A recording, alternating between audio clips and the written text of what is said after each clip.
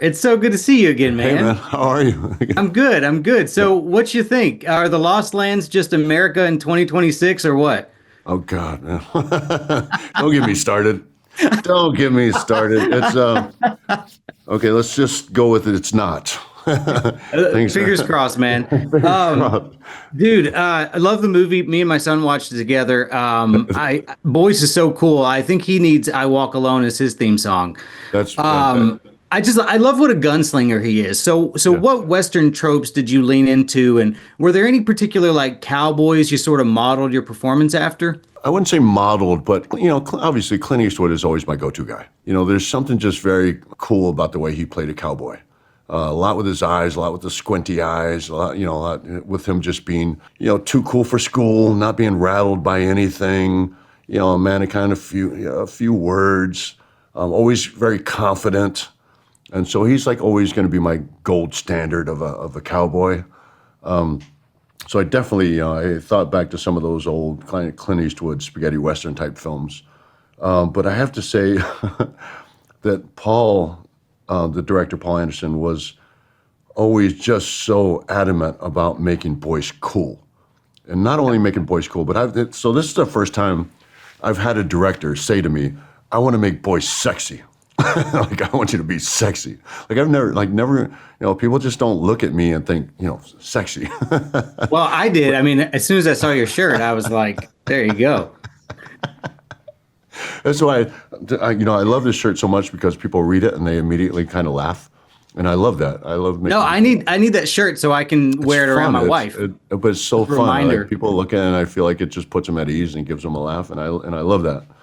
But back to Paul, he had a vision of who this character was, in nature and visually, and he was just really stuck by it. And he was there, like, again, it was very important to him. The simplest things, like the way my hat looked, the way my overcoat flowed. There was certain times in certain scenes where he would pose me a certain way because he just wanted me to look cool. He wanted Boyce to be cool. And so that was kind of, that was important to me, because I'd never had anybody really look at me like that. He really wanted Boyce to be sexy. Sexy and Dude, I cool. wish I had somebody looking out for me like that all the time. Right? Just hire somebody to just can you make sure I'm just looking sexy in this moment? Right. Dude, I'm gonna get fired if I don't ask you this, so I wanted to ask you real quick. Now that we're seeing the return of like Hugh Jackman and Robert Downey and all that, if the Russos called you about making an appearance in Doomsday or Secret Wars, is that a discussion you'd be open to having, or is the book on Drax just completely closed to you? Drax is completely closed to me. I wouldn't,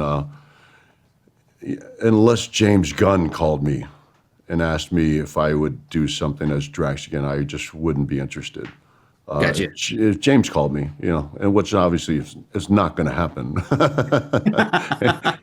He's doing okay. He's gone a different route. Yeah. He's busy. Now we got to get him to call you about Jonah Hex or something. Yeah, but otherwise, I just wouldn't. But I do want to be in that world. I'm a fan of that world. I'm a fan of comic books and that whole universe, Marvel, DC. I just want to be in it. And I've made that known. I've made that known to James. I've made that known to the Russo brothers. Personally, I talked to them, all of them, and told them, like, don't count me out. If there's a character that I'd be right for, and that you want me for, man, I'd be totally open-minded to it. It's just that the Drax character, I mean, it ran its course. The Guardians. I don't think you'll never see the original cast of Guardians again, ever. In a world where James Gunn did another Guardians of the Galaxy and called me, I'd be open to the conversation. Dude, well, I know, I mean, speaking for everybody, we all love you in that world too. So, dude, I can't wait to see what you do next. And thank you so much for your time. I really appreciate it. Thanks, man. It's good seeing you. Hey, start an online thing about freaking Gears of War. Like, Let's come do on, it. Netflix. Netflix, come on already.